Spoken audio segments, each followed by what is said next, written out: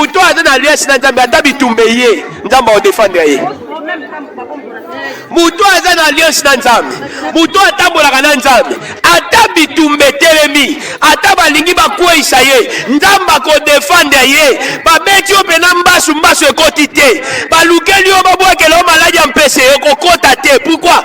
Oza na alliance na muto yo respectaka bakor. Eloko ebomaka alliance ya muto na Nzambe c'est les accords. Yango moni alliance na biso na Nzambe ezozala calculé par le Saint-Esprit. Quand tu as le Saint-Esprit, yenda ko orienter ko bana ko guider yo. Quand tu pries directement, le sambo na yo ezoyoka lepa ya Nzambe. Lelo molimo na Nzambe wa shirite. Molimo na Nzambe wa sala te. Pourquoi? Totambo na déshonneur ya Saint-Esprit.